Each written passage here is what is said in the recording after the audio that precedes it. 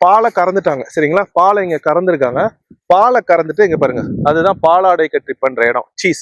அந்த இடத்துக்கு நம்மளால உள்ளார போக முடியாது. ஏன் அப்படின்னா அது வந்து ஸ்டெர்லைசேஷன் அப்படின்ற ஒண்ணு இருக்கு.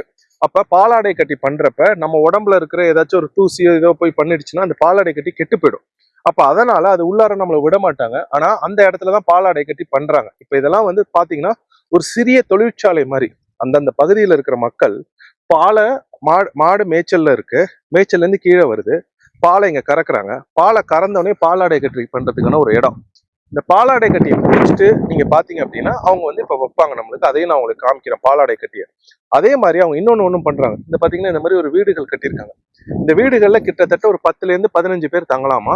ஏர் பிஎன்பி அப்படின்னு சொல்றாங்க. என்ன அப்படின்னா இங்க வந்து இந்த மாதிரி வீடுகள்ல நீங்க தங்குறப்ப அவங்களே உங்களுக்கு வந்து அவங்க பண்ணையை சுத்தி காமிச்சு பால் எப்படி கறக்கப்படுது, காலையில வந்து பாலாடை கட்டி எப்படி பண்றோம் அப்படின்னா அந்த பாலாடை கட்டி சாப்பிட்றதுக்கான ஒரு இடத்தையும் நம்மளுக்கு கொடுத்து நீங்க தங்கிக்கலாம் ஏர்பிஎன்பி எடுத்து.